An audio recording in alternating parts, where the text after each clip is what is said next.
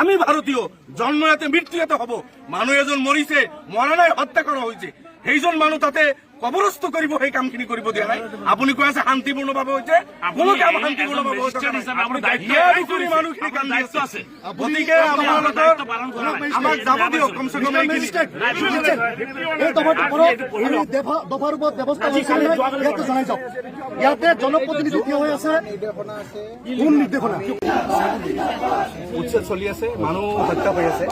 আমি যিমান মিডিয়াৰ যোগেদি গম পাই আছো, ইতিমধ্যে ছুইচাইডো কৰিল, কোনোবা এজন মৰিল না মাৰিলে। গতিকে সেই মানুহখিনিকো সৎকাৰ কৰিবৰ যি ব্যৱস্থা, সেইখিনিও কৰিব দিয়া নাই। আমি ভিতৰৰ পৰা যিখিনি ৰিপৰ্ট পাই আছো, গতিকে জনপ্ৰতিনিধি হিচাপে আমাক যাব দিয়ক। আমি তাতে কি চলি আছে, একতো এইটো ৰেভিনিউ ভিলেজ, এইটো চবেই জানে যে 1951 NRCত ইয়াত থকা মানুহখিনিৰ নাম আছে। ৰেভিনিউ আপোনালোকেও জানে যে এইটো ৰেভিনিউ ভিলেজ।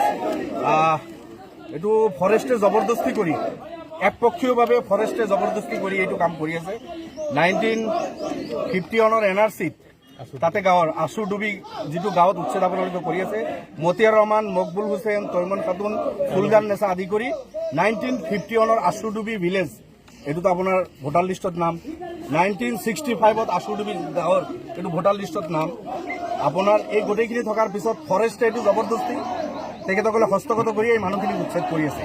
দ্বিতীয়তে গুৱাহাটী হাইকোৰ্টত যোৱাকালিৰ জাজমেণ্ট যিটো ওলাইছে, এই মানুহখিনি ফৰেষ্টকতো উচ্ছেদ কৰিব দিয়া নাই।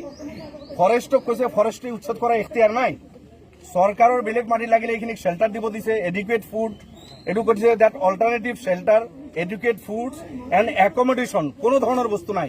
মানুহ মৰিছে, তাতে সৎকাৰ কৰাৰ ব্যৱস্থা কৰিব দিয়া নাই। গতিকে আমাক যাৱতীয় পৰিস্থিতিৰ বুজ ল'বলৈ আমি আহিছোঁ। আমি 6জন বিধায়ক আৰু ADF দলৰ আমাৰ কৰ্মকৰ্তা আমি আহিছোঁ, অলপ আমি যাবলৈ বিচাৰিছোঁ। এইখিনি কথা